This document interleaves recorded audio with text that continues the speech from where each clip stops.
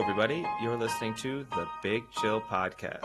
This is episode 613, NFL Week 1 predictions.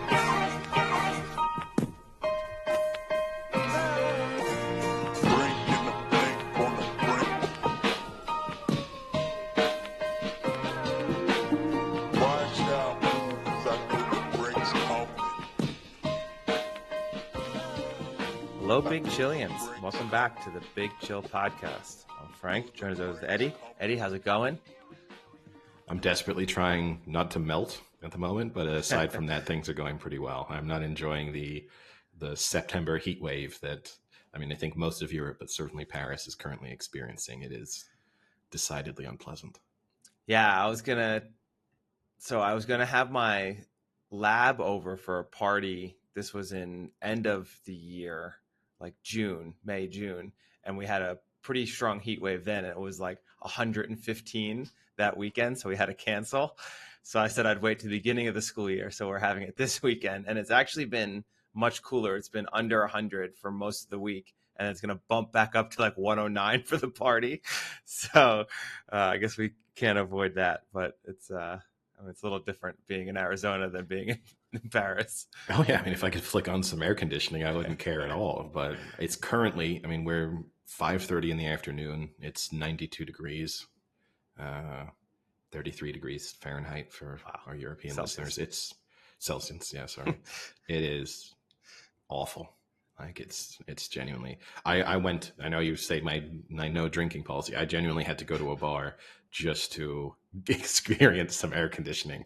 Like that was the main reason for me going. This could go down as the worst no drinking end of summer in the history of proclamations. Someone has me beat because on Sunday I went for drinks with Vasilis. And he then sent me a message Monday saying, that's it. I'm done drinking for September. And we didn't have a ton to drink, but he just had decided I think he's been in Greece for a month. Yeah. So did you get any good vacation stories? Not really. None that would entertain the podcast listeners. He didn't really, his earring is back in. That's the only, so hey, listeners, send us, follow us on Instagram on maybe or Twitter, run a little poll. I'm very much in the anti-earring camp, and but he's embracing it for now. But yeah, he messaged me on Monday saying that's it, I'm done for drinking until the end of the month. I was like, okay. That was Monday afternoon he messaged me, and Tuesday I had a drink with him. Wednesday I had a drink with him. So he's 0 for 2 since he made that proclamation. So speaking of drinks, Eddie, I know we're going to do our week 1 picks back by popular demand after we just did a full NFL preview episode for the season. We'll get into our week 1 picks and kind of do that every week and kind of go through. But before we do that, you mentioned drinks, and I wanted to ask you something that I thought could be one of the worst things I've ever heard in my life. So I will first start by saying my team won our hockey championship for the highest division we have here. It was only the second time in 6 years I've ever won it. And there's probably about 5 seasons a year. So I'm like 2 for 30. So it was a pretty big deal. We won. We were the underdogs. We were in 5th place going into the playoffs, lost 4 straight to open the season, ended up coming back and winning. But so we were all hanging out at the bar after drinking and celebrating. And the one guy who usually leaves pretty early came and he's like, oh, I'll have a drink with you guys. I'll celebrate. And he just orders vodka straight. No one's taking shots. We're all just, having beers. And he's just like, I'll just do a shot of vodka. We're like, whoa, it's a little aggressive. It's 10:30 at night. You just got done with hockey. It's a Tuesday, not 10:30 on a Saturday. It's 10:30 on a Tuesday. He's going to go home, go to work the next day. He's like, well, I can't drink carbonated beverages. And we're like, what? He's like, I get really, really sick whenever I drink something with carbonation. So the only thing I can really have is hard alcohol. And I said to him, I was like, damn, I know people can't eat gluten and that kind of sucks because, I love pizza and hamburgers and shit like that. And I know there's that new disease that people have where they get bit by that tick and then they all of a sudden can't eat meat. They vomit at the taste of meat. But this, not being able to drink carbonated beverages, could be the worst food ailment I've ever heard. It's a pretty bad one. I mean, the advantage you'd have over, say, something like gluten or whatever is that at least it's easy to avoid. Like, you don't have to, when you're ordering food, you don't have to say, is this drink carbonated? So at least you've got that done, but it But all you're eliminates. drinking is basically water or juice. I mean, you can have cocktails. I mean, why But wouldn't what's your the go to cocktail? But what's the cocktail? just, like fruit juice based cocktails? Yeah, but that's what I Like mean. It's like all you can drink is juice. right, but I don't know. I would have in that situation. I'd rather have a Bloody Mary or something than just a single shot of. It's again, it's tough. It would be difficult. Like I mean, no because you. beers, no ciders, no sodas, no sparkling water. Oh no, I mean for me that eliminates 95% of the liquid I drink because at Yeah. home I mostly drink sparkling water. Like that's my preference over just plain water. So okay, that's not the worst transition ever, but it's still annoying. And then yeah, I mean mostly I'm going to drink beers. That's out the window. You Oof. can get, I suppose, you can get some ciders that have no carbonation. I mean, the interesting thing, like, can he drink Guinness? I'll have to ask. Because Guinness, whilst it is sort of, I mean, it's It's flat. nitro Basically. though, Yeah, right? but I mean, how does that impact him? He's not experiencing the bubbles. Like, what is it that's actually causing Yeah, a we did. I didn't reaction? get so far into it. I was a little shocked and blown away by this, and then in my head, I'm just like, "Oh fuck, my whole day is ruined." Because I mean, if you can drink Guinness, then to me, that's not so bad. If that's a possibility, it's like okay, I'm just a Guinness drinker. That's going to be the thing. Yeah, But I mean, it like would you're a still big be like tea, coffee, water, juice drinker. a Just tea. missing Okay. out on soda has got to be killer. Not that I drink soda very often, but there But are when you, just those times that it's yeah, like, oh, I could really go for a Coke Zero or a Diet Coke. Just hits the spot. someone the other day when we were out, well, they weren't. I went to a quiz on Tuesday, and they weren't drinking, so they did just have a Coke. And I mean, it's same as today. It's approaching 100 degrees, and I'm not gonna lie. Like the guy got out the glass bottle of Coke and then a nice glass filled with ice, and I was like, that does look pretty good. Like It that, was right? like In that it was like one of those live television commercials where like hundred it percent. drips down the glass, like the, Yes. the bead of water drips down. No, it looked unbelievably refreshing. Like I was, but I managed to resist and instead stick just to alcohol, to keep myself healthy. But Yeah. the Coke was pretty tempting. Yeah, it's got to be a tough one. Because I know you're saying you can have alcoholic drinks, but even those would get kind of annoying because if everything's juice based and it's so sweet and sugary, like when I Is think he of like a lot of mixed drinks, like rum and Coke or like vodka, uh, seltzer, club soda, like can't have any of those. is he single? No. Okay, because I think the dating experience would be part of the tough one. Because if you do go for drinks, I can drink wine. I mean, that's wine would have to become a big go-to for you as well. But the Do you want me to get dating, more like, details on I'd be this? interested to know if you could drink Guinness.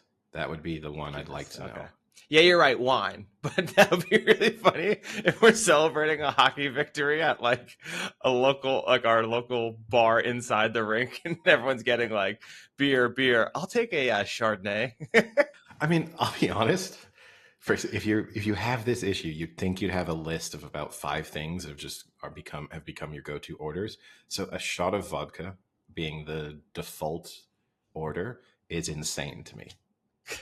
Like that, actually, I'd be a little critical of him for because even if you just said vodka on the rocks or something, that seems better that you can just sip on. But to just be baffled by the possibility, like he has obviously encountered this problem on basically a daily basis. You'd think you'd have a list in your head of Or maybe he's just not this. a big drinker because of it. Maybe the Maybe, lack of carbonation has deterred him away from drinking. but if you're not a big drinker, why would the vodka shot be the first thing you go for? I just think this guy is just a massive alcoholic, and this is this is the way he excuses himself. When everyone's like, "Wait, why?" Like Dave, why are you drinking shots of vodka at lunch? And he's just like, "I can't drink carbonation. I got no other options. This is all I can do." The vodka is too like in terms of shots, you can at least get like Captain Morgan's got a little flavor to it. I quite like vodka shots straight, so I'm not.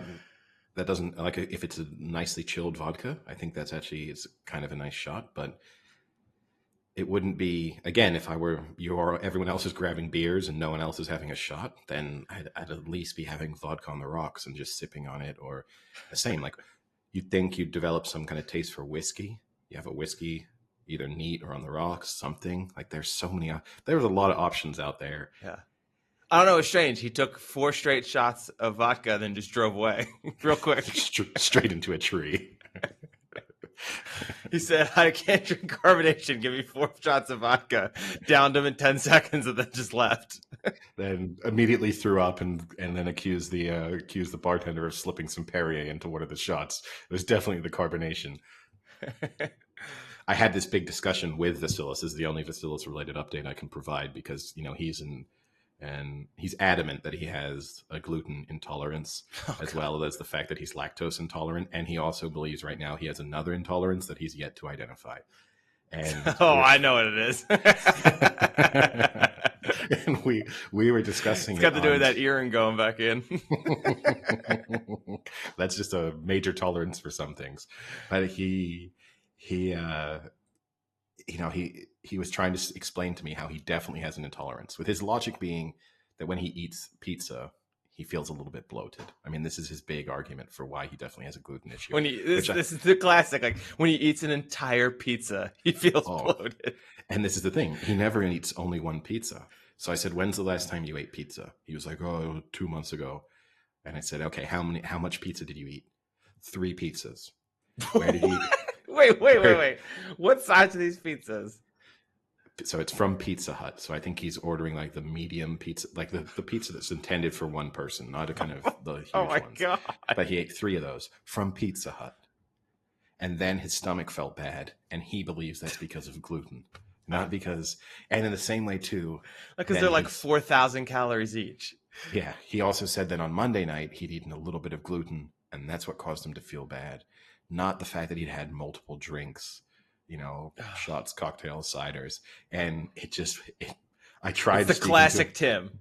Yes, with the ciders. And I tried to speak to him about it, being like, if you had at least had some kind of scientific approach here to trying to isolate the thing that causes you the problem, I could get on board with this. But what frustrates me is listening to you tell me how you have a gluten intolerance because one night you went out and had 15 alcoholic drinks and then ate a disgusting amount of gluten-based food from probably a disgusting place. Like, for example, he eats fried chicken all the time. He says he's got no issue eating fried chicken. That's like that misses the gluten radar for him. He takes the breading off. No, which he doesn't. He gobbles it up. But it's just, I mean, anyway, if it makes him happy, it's okay. But he really believes it's the same too. He was like, look, I lost weight. This is, he's like, my face isn't as fat. I lost weight. It's because my body can't process the gluten. I was like, or it's because you're just eating healthier as a result of eliminating the sort of gluten-based food that you were ordering late at night. And then the sort of non-gluten alternatives are mildly healthier. And so you've lost weight. I mean, like this would be the equivalent of someone saying, I must have a sugar intolerance because I cut sugar out of my diet and I lost weight. And it must be because my body couldn't break down sugar properly. Not because I was previously drinking 25 Cokes a day and I wasn't managing to burn it off at the gym. Oh, man. Anyway, speaking of intolerance, before we get on to our NFL previews, I don't know, a big storyline in England this week has been over Jordan Henderson's inclusion in the England squad after his move to Saudi Arabia.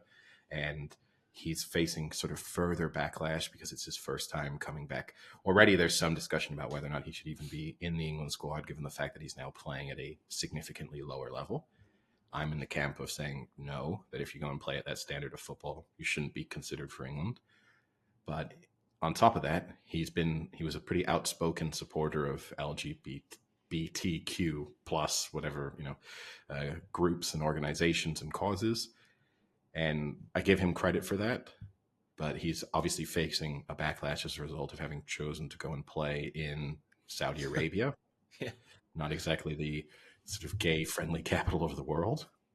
And also denies the fact that he only went there for the money, which I also think is just outrageous that like money was not a factor. He wants to go there to grow the game. He wants everyone to believe that.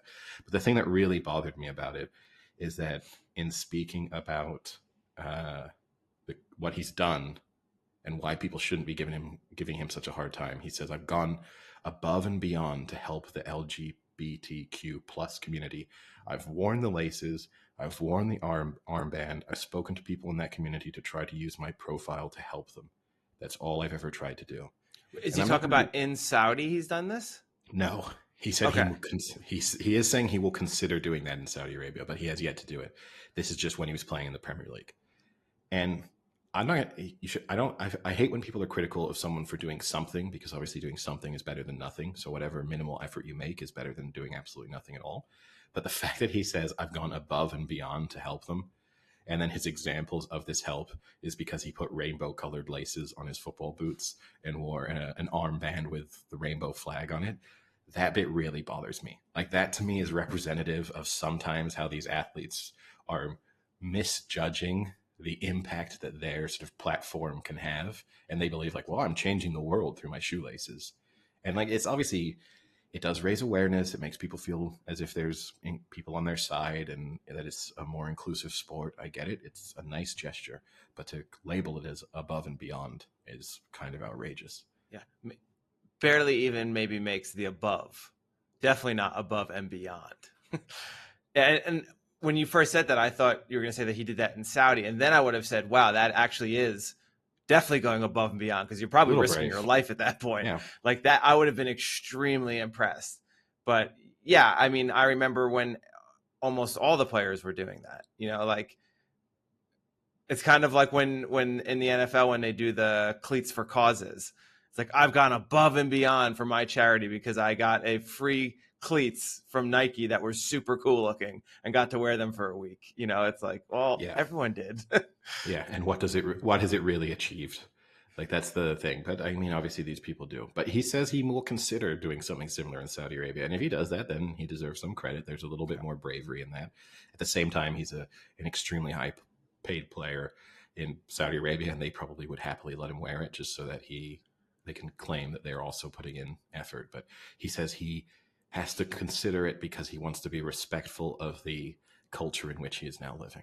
So, you know, he doesn't want to rock the boat too much.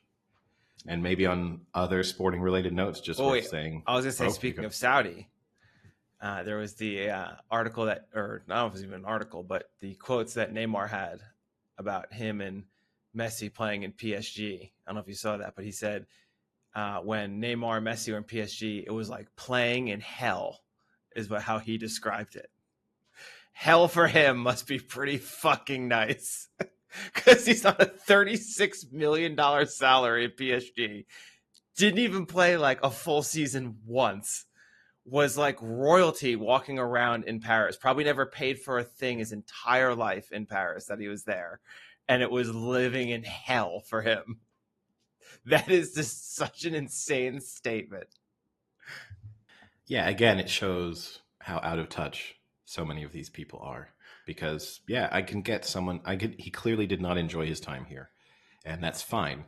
And there's a way for him to express that properly. He wasn't loved by the PSG fans. So he probably did pay for stuff because he was never really truly accepted as, you know, he always had this awkward position in a sense of there had been these cult figures previously at PSG who had helped PSG to sort of establish themselves as the dominant force within French football. And then the likes of Zlatan Ibrahimovic and Angel Di Maria.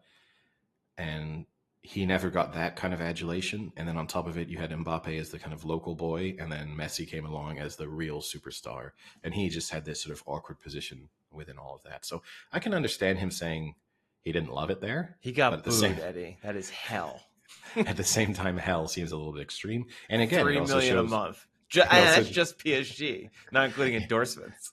It also shows just a lack of awareness also on his part that there were reasons why people booed you, because every February you disappeared to Brazil and never really came back. Yeah, And because there'd be pictures of you on a yacht in the middle of the season. you had more red cards, I think, in the period that he was in French football than any other player, which for an attacking player is quite the achievement, really. There's a lot of reasons why he wasn't as popular as maybe he could have been, but it is what it is. Yeah, maybe before we get on to the NFL, one other little, we've obviously mentioned the US Open a little bit. The semifinals are now set. It looks as if we're heading towards a Djokovic-Alcaraz matchup in the final, one that everyone expected. I guess the only thing I thought I'd say is Djokovic, when in making it to the semifinal, this is now his 47th semifinal at a major in his career, which is the record. And it's as we've discussed before, it's just he and a number of other athletes in this era are just setting such incredible feats of durability, consistent performance. I mean, to make it to 47 Grand Slam semifinals is just absolutely unbelievable. Yeah, it is crazy. And it's, it's not as if he's limping his way there. I mean, he did have that one match where he was down 2 sets, but he still looks almost as good as ever. And yeah, it's super impressive. I've actually watched a decent amount of the US Open this past few weeks just because it's on at a good time and there's not much else on around that time. But Alcaraz looked phenomenal yesterday against your boy. Straight sets win. Zverev. Yeah. Yeah, no, I mean, it's all set up at this point for the Medvedev might test Alcaraz a little bit. That's going to be a good match to watch. Medvedev has looked pretty good.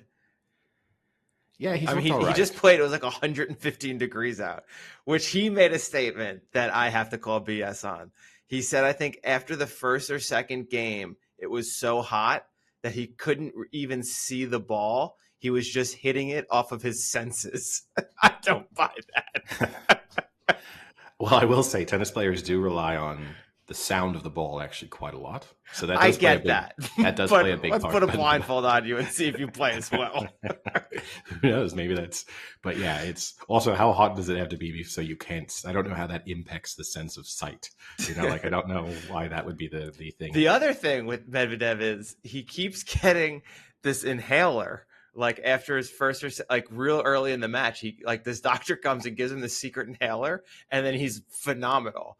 And there's all the talk in the NHL about back in the 90s when people would go play in Russia, they would get the Russian gas in between games, and no one really knew what it was, but it was definitely illegal. This one, Medvedev's getting some secret gas here to boost his lung capacity or something. Yeah, I mean, obviously everything he's got has to be approved, but it is a bit strange. But I've got an inhaler. I take it sometimes before games. I don't suddenly go out and play with my senses. But yeah, it will be interesting to see. It's difficult to imagine Djokovic being seriously tested in the semifinals, but no respect for the American. For Draper, it's been a nice run. No, it's Shelton. Oh, Shelton. Sorry, mix them up. Yeah, it's been a nice run, but not. Shelton, Taylor Townsend's mixed doubles partner.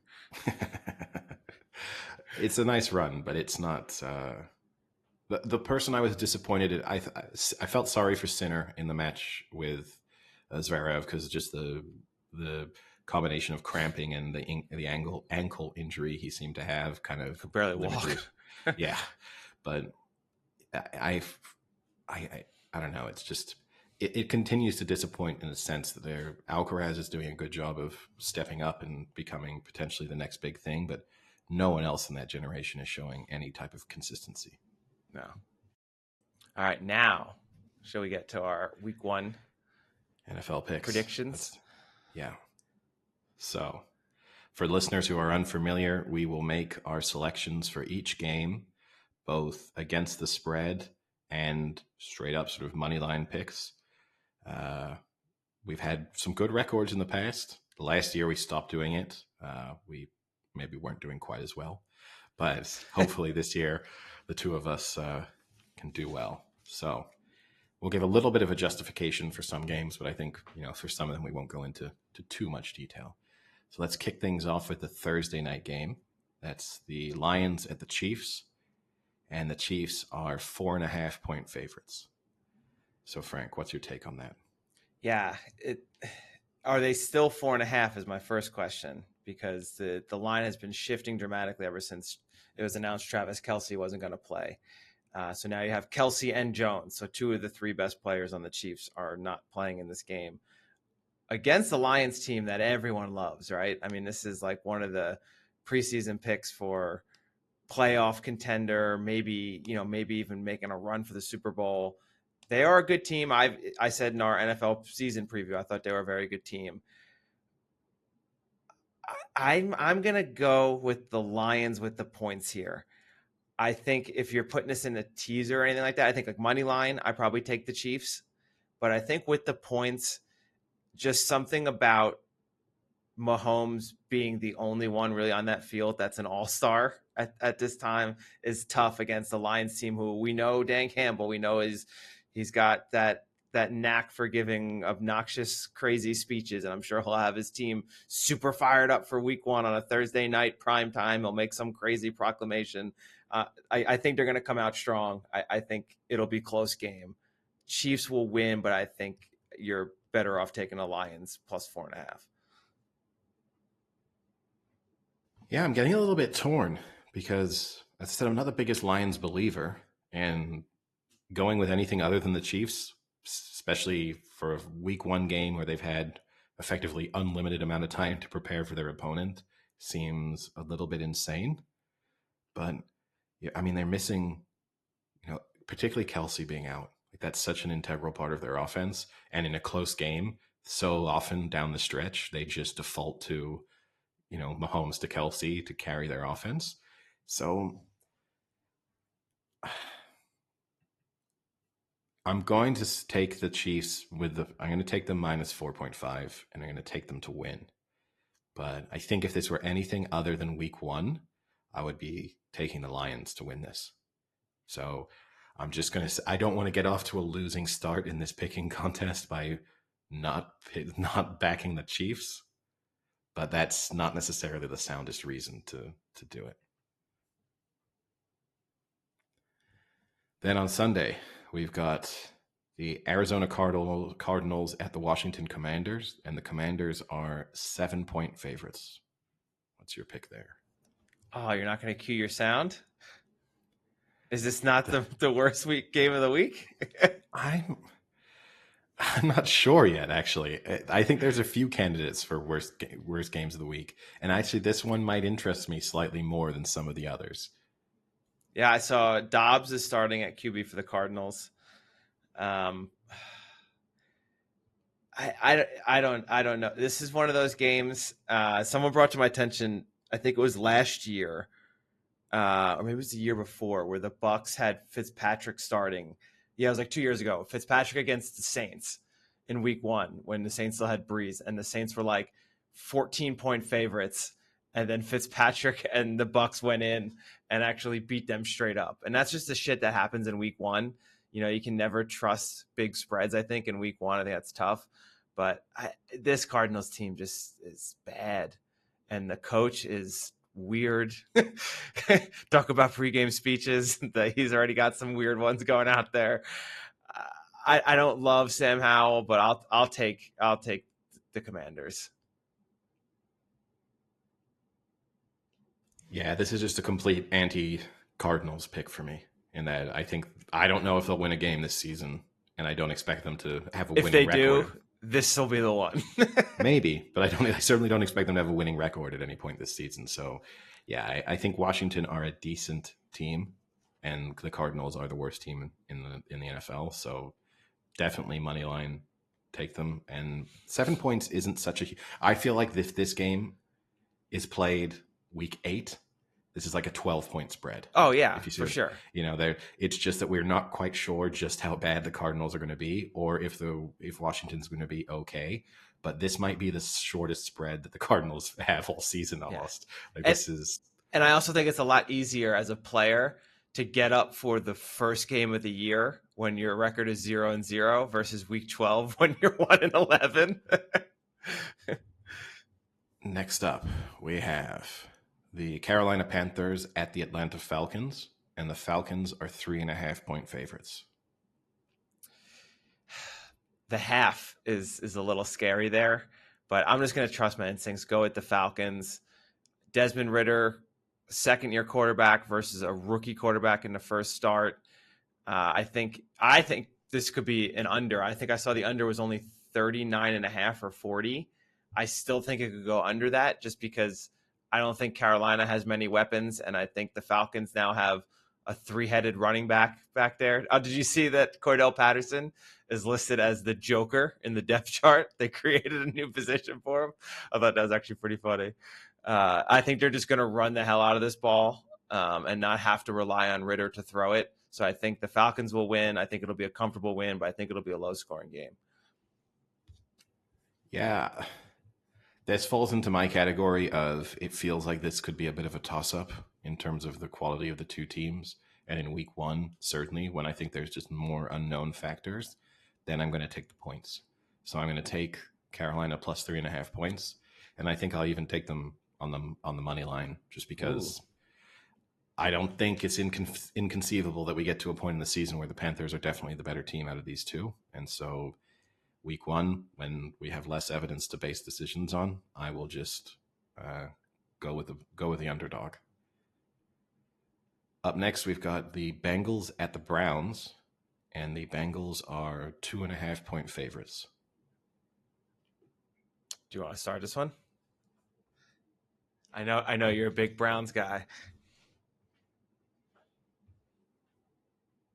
I am a big Browns guy, and I'm also at times a little bit of a Bengals doubter.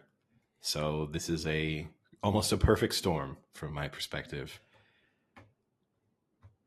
The big question here, right, is just how healthy is Joe Burrow in a sense. Like if you tell me he's at all affected by the calf injury that he had in preseason, then my confidence in the Browns grows.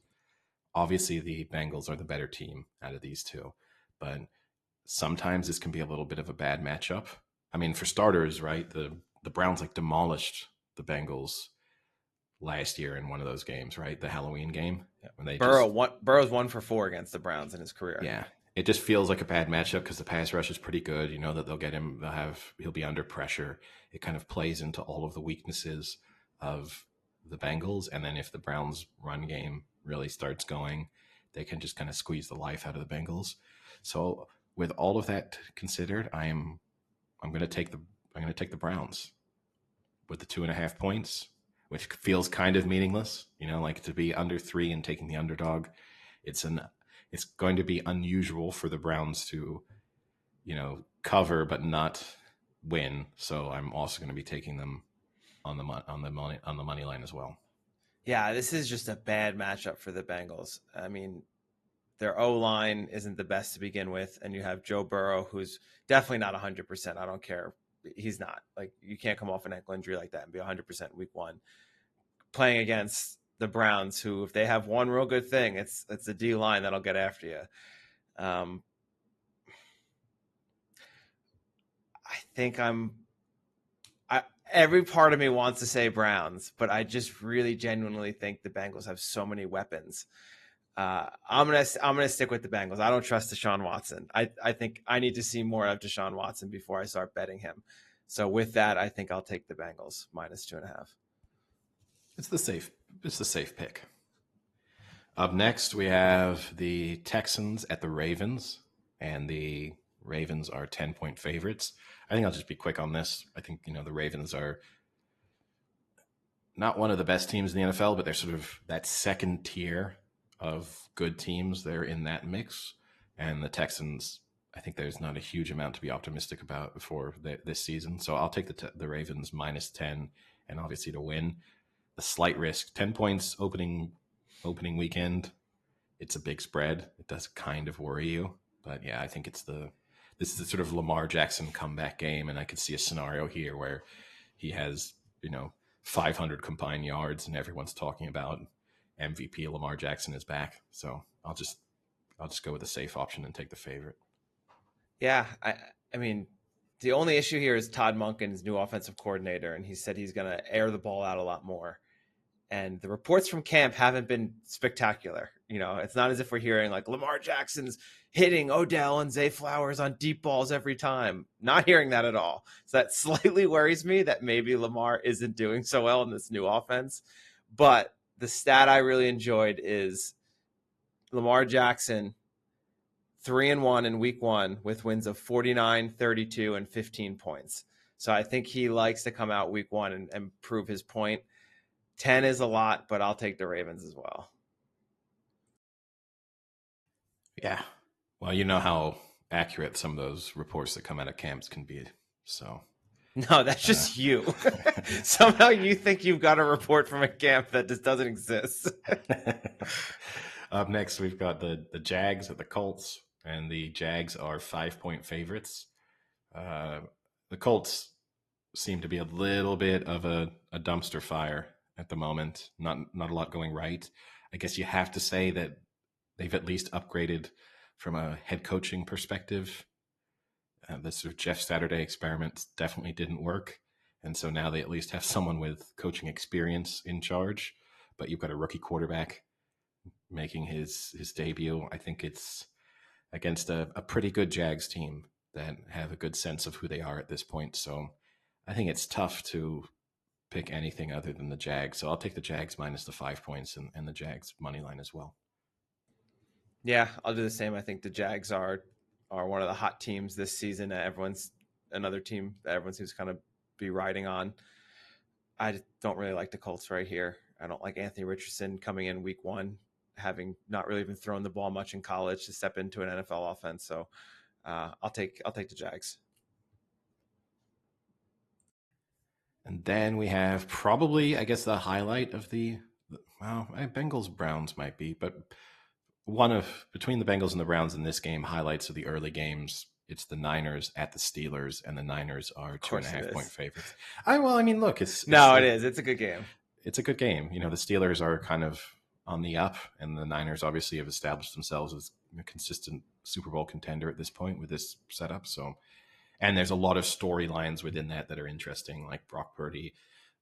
Can he continue what we saw from him last season? So I wouldn't be stunned if the Niners lost this. Also, it feels like in recent seasons, the Niners have been bad in week 1 games. They've lost a lot of games in week 1 that you wouldn't have thought they would have lost, or at least certainly also struggled in week 1 games.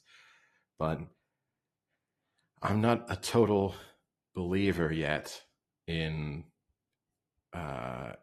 this Steelers team. Like, I do think there's more question marks here for me than surrounding them than there are with the Niners, and I'm not totally certain just how good Kenny Pickett is yet. I don't think he's bad, but this feels like a lot of confidence to place in a team that looked very bad for large parts of last season to now go against one of the better teams in the NFL and start things strongly. So I will take the Niners minus 2.5 and the Niners to win. Yeah, so should be noted, Nick Bosa should be back on the field. I don't know if he's going to play the full game or not. I doubt it, but he will be out there, signed a nice new contract, highest paid defensive player in NFL history. Yeah, I'm with you. So I'm not super sold on Purdy right now. I mean, I think he had a great year last year, but he's coming off a big injury. So I don't know if he's 100% yet. But if you compare the body of work of Purdy from last year versus Pickett from last year, I think Purdy's the clear winner. I think their defenses match up well against each other.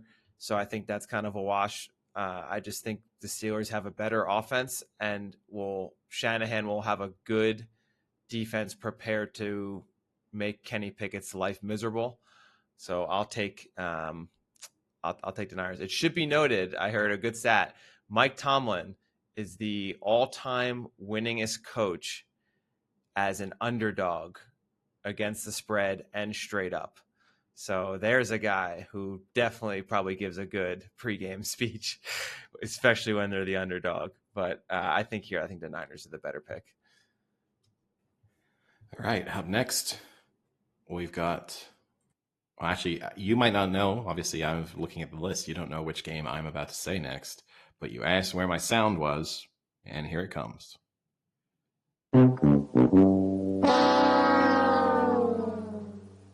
Up next, we got the Bucks at the Vikings, with the Vikings 6-point favorites. And honestly, of all the games on this list of on the schedule, I find this one sort of the least interesting. It's the game of the week that I want to spend no time watching at all. Like, the most I want to see out of this game is maybe a spectacular Justin Jefferson catch showing up on a highlight reel at some point, but it's difficult to, for me, at least with the Cardinals game, I want to see just how bad they are. This, I just think the Bucks will be bad and the Vikings will be okay. They'll be the usual Vikings team that we've experienced, many times over the past few years. And I think this will be a classic Vikings trying to convince people that there should be some hype surrounding them. So I could see the Vikings absolutely blowing the Bucks out. And then we have a week of, hey, this team was actually pretty good last season. Like, why is everyone so out on the Vikings? This could be the year. Maybe now they're flying slightly under the radar. Things could be going well for them. So I'll take the Vikings to win and the Vikings to cover the spread, but I will not be overreacting to any Kirk Cousins 450-yard performances and, a few days of Izzy in the MVP discussions. Yeah, I don't. This spread at -6 at home for the Vikings seems a little bit of an insult. I get that even though they were 13-3 last year, 13-3 last year, their point differential is actually in the negative. It's the only time in NFL history.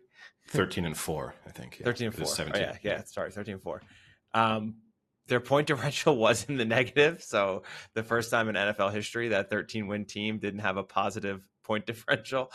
But I mean, what is there to like about this Bucks team?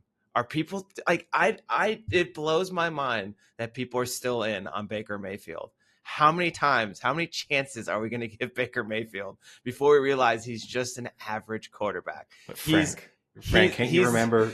He's the Walmart version of Brett Favre.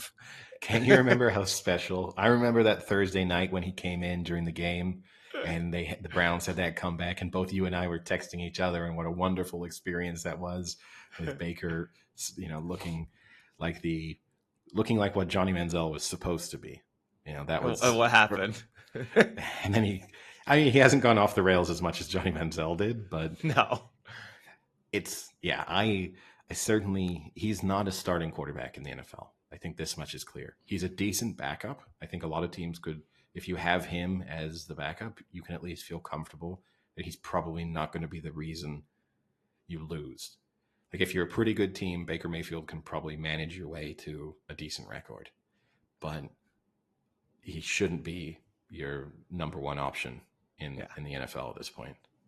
I think he has the intangibles from like a competitiveness, swagger standpoint. Like, I wish Daniel Jones had the competitiveness and swagger that Baker Mayfield had. I think Daniel Jones could be a top 5 QB with that.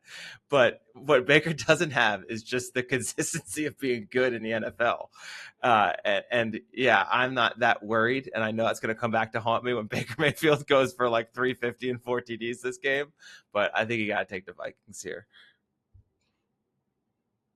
It's also tough because he just seems super likable. Like, he feels like a guy, if you're on the team, you like playing with Baker Mayfield. And again, the discussion, I think, as a fan of a team that has Baker Mayfield, you like having him be the guy you root for. But ultimately, he's just not quite good enough. He's going to be great in the booth. I think at this point, just hang up the laces and get in there. You're going to make more money. You're going to be hurt less. Well, he needs to play longer in the NFL if he wants to be in the booth in the NFL. No, I think he could get in tomorrow if he wanted to. No, I think he could get into college for sure tomorrow. Oh, he'd be a legend in the college football booth. I think he has a future in college media coverage for sure. But I think the NFL, I think he might not quite make the cut when it comes to, you think of all the people he's going to be competing against over the next 10 years who are retiring and will probably want a career in the media. I don't think Baker is picking up any big jobs. I don't care how great Brady is. Who would you rather listen to, Brady or Baker? Oh, Brady. I mean, honestly, I'd rather No listen. way. Yeah, because who do I think is going to provide me with more insights into what the actual game? Brady, I think, would provide you with just a really unique perspective in terms of explaining what defense is giving you, what you could, how you could try and pick them apart. I would much rather that Did over. Brady ever grab his junk going up 30 against a team that wouldn't shake his hand? Did Baker Mayfield ever make out with his child? So who knows what? Baker's gonna be a mini booger. That was not an experiment I particularly enjoyed. All right, up next we've got the Titans at the Saints, and the Saints are 3-point favorites. I'll be quick on this one. This is kind of a somewhat compelling game. I'm actually just going to say there's too many unknowns here for me with the Saints, so I'm going to take the Titans with the 3 points and the Titans to win as well. 3.5, you said, right? I think that half 3. is huge. Oh, No, 3. it's 3. It's Okay. exactly 3. Yeah, I'm gonna go into Saints. I think the Saints are actually gonna win this division this year. I think they're a good team. I'm gonna go Saints. Okay, and then we've got the Packers at the Bears, where I think this is one of the most surprising lines of the week, honestly, because I presume you've seen this line, I'm guessing, or have some sense of where it is. But I mean, the Bears are 1-point favorites, and I really don't know how. I get it. It's Jordan Love. If the Packers are not special, but the Bears are truly awful. And I don't really know why. They will have significantly improved over what we saw from them for the majority of last season. So to me, I would be taking the Packers here if it were the Packers -3. So taking the Packers with a point, I mean, it's not going to come into play, right? I mean, there's best case scenario you could have is a push when the Bears win by 1 and you get your money back. But the reality is, the 1 point is kind of insignificant. But I'll take the Packers plus the 1 point and the Packers money line as well. Yeah, this is another one. I think it's you and I both. Maybe we're just not seeing what everyone else is seeing. Everyone loves this Bears team and loves Justin Fields. Justin Fields cannot throw the ball. I just don't see it. They lost their last 10 games last year. They're not that great of a team. And people are putting them in to make the playoffs and make deep runs. Like, I don't see it. I don't see it. I think the Packers have better coaching, and I still think they have better talent around them. And I don't think Jordan Love's going to be that bad. He's had 3 years under Rodgers, and all from what I've heard from the Packers camp, Eddie, is that he's been looking pretty good. So I'm going to take the Packers here. I don't buy this Bears hype. I do not think that Justin Fields is going to be the next great quarterback in the NFL. I don't see it. Yeah, no, I'm in agreement. And then, I mean, that was the first of the night games, I guess we should say, or the afternoon games, depending on obviously what time zone you're in. The second set of games. Then we have the Rams at the Seahawks, and the Seahawks are 5.5-point favorites. I'll be quick on this one again. We kind of in our preview for this season both identified obviously the Rams as being truly awful and the Seahawks as being like a playoff caliber team. And this just feels like a very good way for the Seahawks to get their season started. So I'll take the Seahawks to win and the Seahawks to cover the spread. Yeah. Did you see Cooper Kupp went to Minneapolis to get a third opinion or whatever on his hamstring? So, I mean, it's got to be pretty serious, right? If you're flying out of California, where probably all of the most expensive, best doctors are located, to go to Minneapolis, Minnesota to get an opinion on your hamstring, that thing's got to be bothering the hell out of them. So when 1/3 of your team basically at that point is injured, I don't see them having much of a shot. I'm also in on the Seahawks here. Well, mostly in agreement so far. There's only one or two where we've disagreed. Up next, we've got the Raiders, the Broncos, and the Broncos are 3.5-point favorites. This is the matchup of two slightly fallen quarterbacks. Almost this matchup would have been kind of inconceivable 3 years ago with these two quarterbacks playing in these locations. I just am going to give the Broncos the benefit of the doubt that they cannot be as bad as they were last season, and that the change at head coach has to have some kind of impact on them. I do think that everything coming out from them in terms of Russell Wilson kind of being forced to be more normal is probably a benefit to the team. Coming from a 55-year-old man in Nike Air.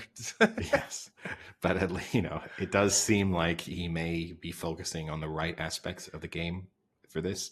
So I may regret this, because if they are just terrible like they were last season, this could be another one of those lines that you look back on sort of in week 10 and think, wasn't it crazy that the Broncos were 3.5 point favorites against the Raiders?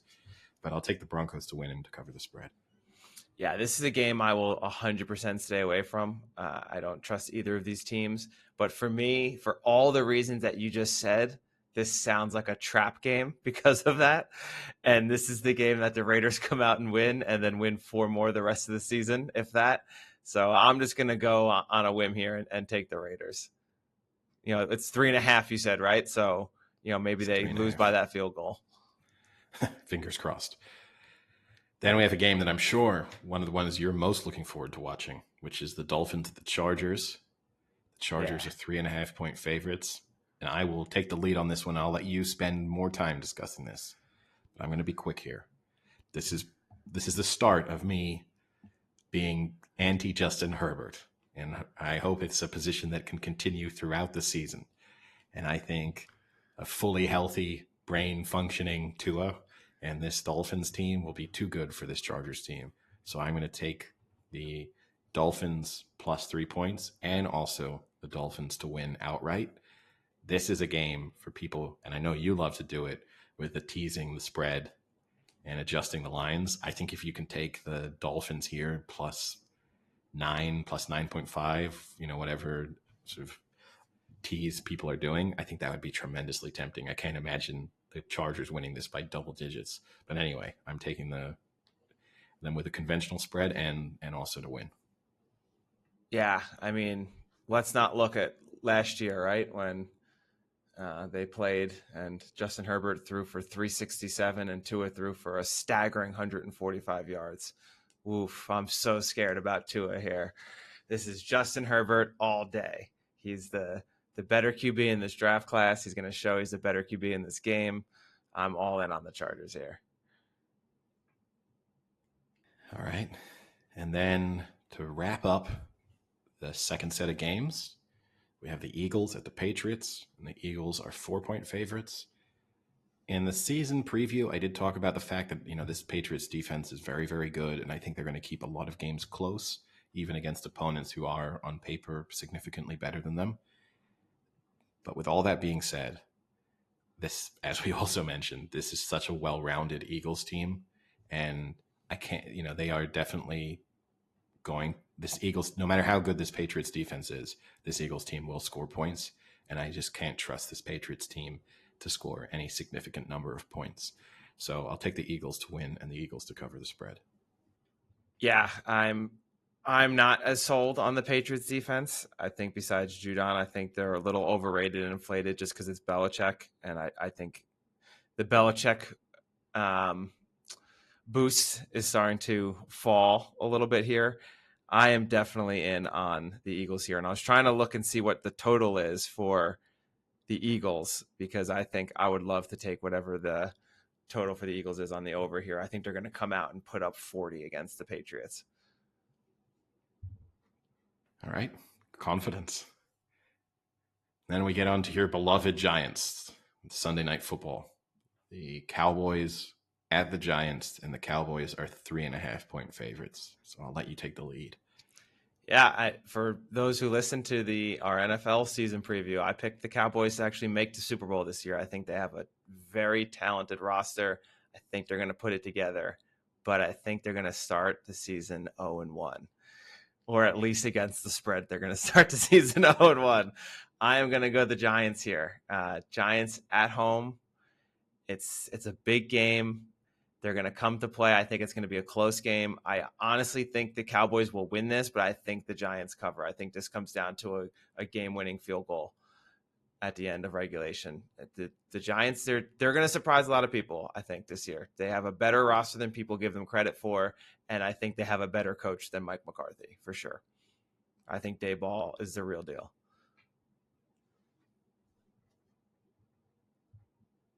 Good stat here, Eddie. With Rodgers leaving the Packers, Dak Prescott is now the longest tenured quarterback in the entire NFL. That is crazy to think. It doesn't seem like he's been there that long. I mean, he has. It doesn't seem like it, but he is now the longest tenured quarterback in the entire NFL. Yeah, that does seem surprising. Like it's difficult to. I would not have thought that was the case. Would have been if you'd asked me that just as a quiz question. I'm not sure I would have got that right. I was and then I thought maybe I should ask it now, but I thought they were going to give it away. Yeah, no, with the timing, if you'd asked it either at the beginning or the end, you might have got me. And then we wrap things up Monday Night Football. Wait, you didn't make your pick? Oh, yeah, my pick for this game. I'm going to take the Cowboys to win and to cover the spread. I'm not as much of a believer in how good this Cowboys team is as you are, but I also don't think that the Giants are anything particularly special. So I'll give... This is right in a point or two more, and I definitely would have taken the Giants here against the spread. But it just feels like, the Cowboys are the better team. They ended last season on such a low in that playoff defeat against the Niners with that kind of laughable final play with Elliott just getting steamrolled as that fourth down play just fell apart, that you feel like they're going to have... This is one of those dumb things people say. Everyone obviously wants to win in week one, but you do feel like maybe as in the Cowboys camp, there's a particular focus on let's start things well because we ended things so badly last time around. So yeah, I will... Go ahead. Yeah. So yeah, for that reason alone, I'm just going to trust the Cowboys for this week, but I will not be picking them too consistently, I don't think. Yeah, and these are obviously division rivals, and the Cowboys have owned the Giants in recent years. Last year, they beat them both times, I think, by 8 and 7 or something like that. So pretty convincing wins both times last year. Yeah, and then next, we will finish things off with a nice start. Great Monday night. Nice. Actually, I think great Sunday and Monday night games. Yeah, and a decent Thursday night game. They did a pretty good job of all the primetime games actually having very watchable slate of games. Yeah, who doesn't want to watch Mahomes? It doesn't matter when he's on.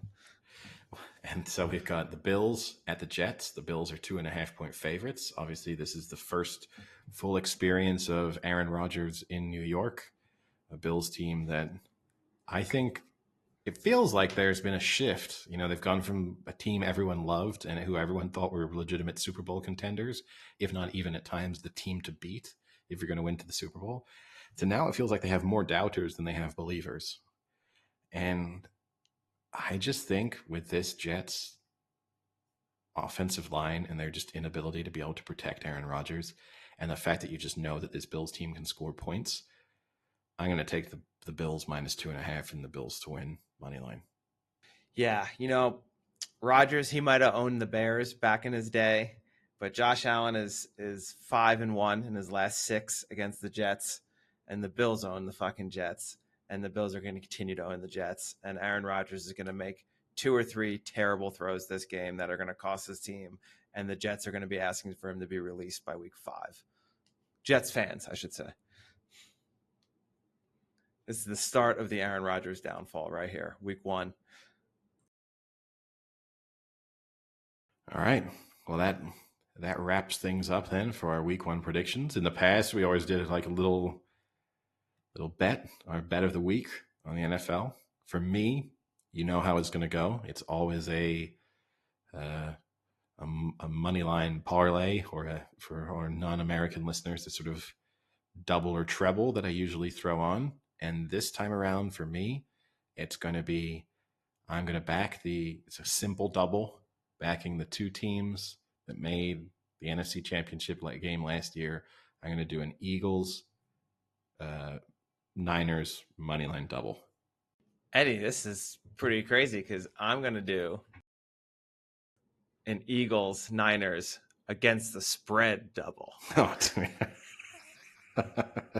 wow. throwing the Duke occurs right onto my first bet of the season. Nothing I love more than to go against the Steelers in week 1 already. Just taking shots at the Steelers every chance I can. Well, I guess that wraps up the NFL for week 1. I guess the other big story of the weekend, the Rugby World Cup gets underway in France. The opening match is a really good one, France-New Zealand on Friday night.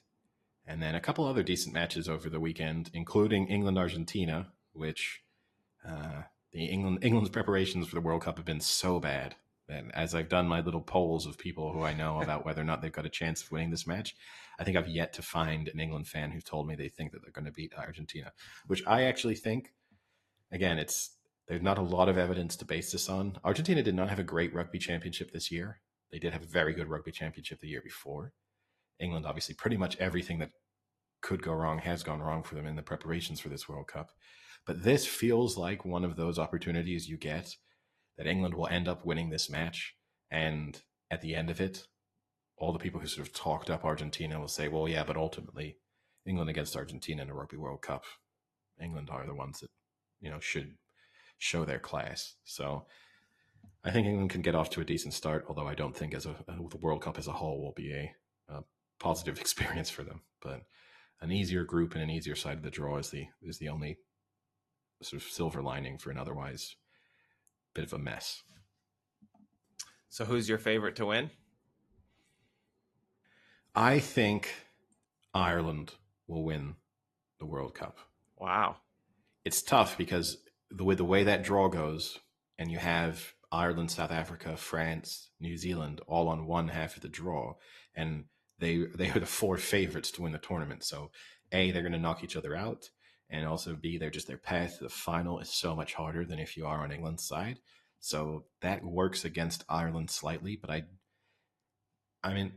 think they'll win. I was, up until a couple of weeks ago when South Africa really took New Zealand apart, New Zealand would have been my pick. But yeah, I'll go with Ireland now. Ireland have never even finished in the top 4 ever. No, yes, yeah, they're usually, history would tell you they get knocked out in the quarterfinals.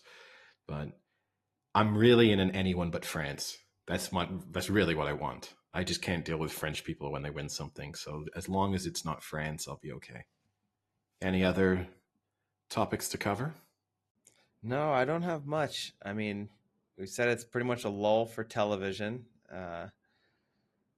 Besides Only Murders, which is not having a good season right now, and Ahsoka, which might be the end of Star Wars as we know it. Besides that, I have not been watching too much. I started The Americans. I've been on my Matthew Rhys kick, so I started The Americans. It's a little slow. It is slow. It's definitely, you have to take, I hate it when people do say this, because to say like, well, you got to make it through the first 4 or 5 episodes or whatever. I tell you that and you say, I can't do it. No way. Anytime I tell you that, you always say that. I don't think that's my exact reaction, but I do think that's often a good excuse for bad TV. Because basically it's saying, if you watch this enough that you feel almost obligated to keep going because you've invested so much time in it, then actually it kind of turns around. It's not. Oh, really... I'll finish the show now. I'll do all 6 seasons. Like once I've started a show, I'm still on the background watching Suits. I've gotten up to like episode season 6 or 7 at this point. Mike's now in jail. Sorry for spoiler alert, but yeah, I don't think you can really spoil a TV show that ended several years ago, but yeah. Spoiler alert, Mike gets out of jail. Sorry to ruin the show for you, Frank. I figured he did. It's only a 2-year sentence. But yeah, it's good so far. It is just a little, it's not even that it's slow. I think it's just the hour network television is just naturally, because it's an hour, they like things build a little slower and they kind of repeat actions a lot, within the episode, where it's like, yeah, I get it. Okay, move on. I get it, but that's just the nature of an hour-long network TV show like that. So, but it's good so far. I like it.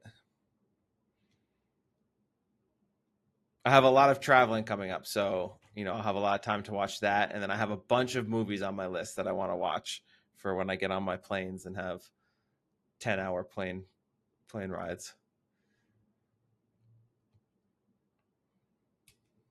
On my front, I kind of had nothing.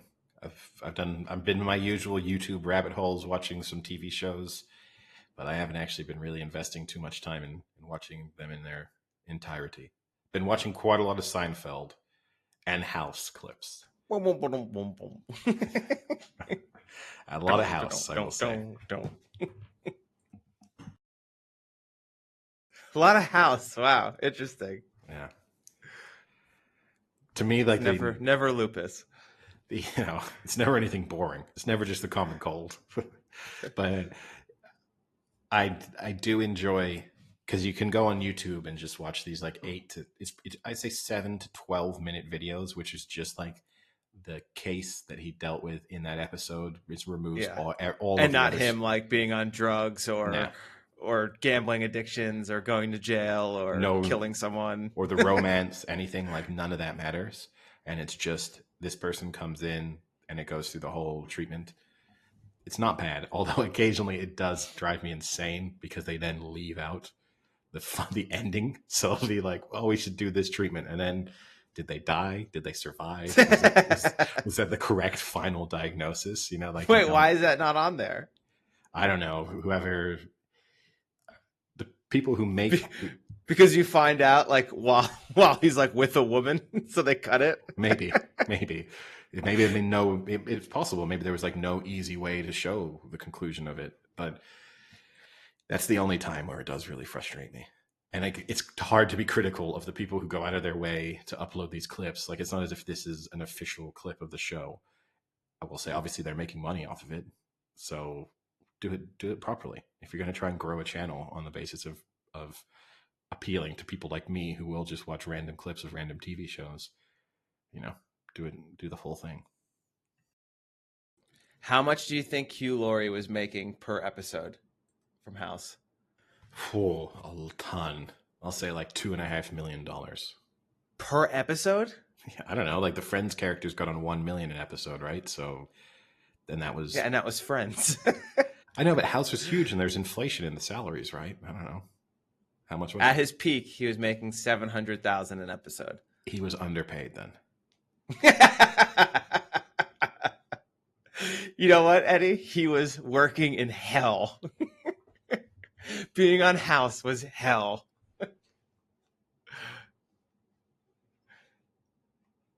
I mean, like, so how much do you think the Big Bang cast got paid? Oh, they were getting paid a lot. At the end, like at their peak? Peak, yeah. $1.3 million an episode. Yeah, it kind of puts them all in that range. This breaks down the supporting cast in more detail. But yeah, it lists all of them as over $1 million per episode once they got into their final contracts. Some of the supporting cast, looking through their salaries, that's where you're really lucky or fucked. No, lucky. I mean, you got John Ross Bowie was making $50,000 per episode for his appearances on the show. I mean, to be just a kind of recurring character, but not really being in the show for that many minutes, even per episode, that's just got to be a dream come true. Yeah, I remember though, House had a lot of episodes too. I mean, Friends and Big Bang did as well. But like, if you're making $700,000 an episode, that's a lot for a season. It is, but I will say, in comparison, I think he's underpaid. Whoever his agent is did a bad job. I think it's more difficult. Accent. He had to limp the whole time, which is just there was more acting involved in what he did. He now has a permanent limp because of that role. Yeah, exactly. Now he's suing them. But I just think personally, you also have to like memorize a lot tougher terminology and vocabulary. Friends, you're just ripping jokes. This one, you have to throw out these crazy terms and giving medications and dosages and things. That's got to be tough.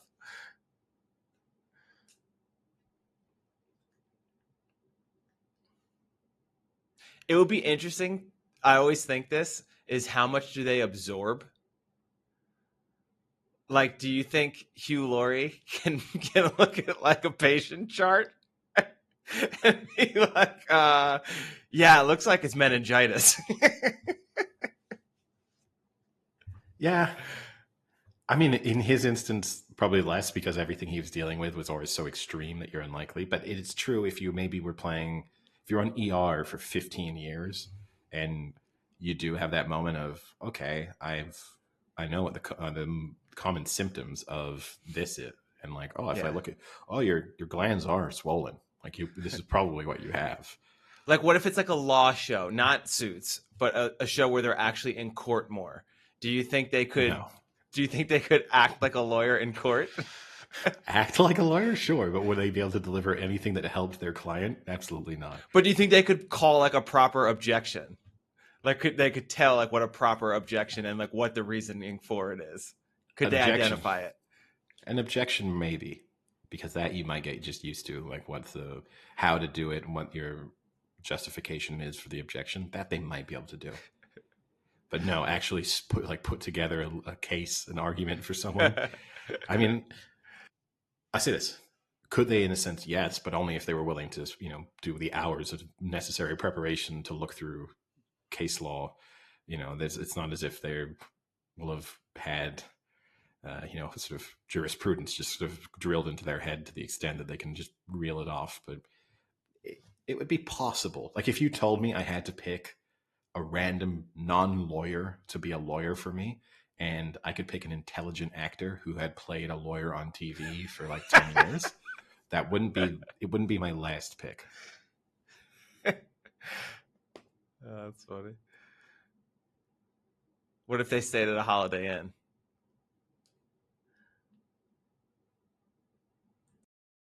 That's not a reference that I get. Oh, sorry. What's that reference? That was like the commercials Holiday Inn would always do, is like a normal person would pretend they were some occupation and they'd be like, oh, are you a lawyer? No, but I did stay at a Holiday Inn Express last night.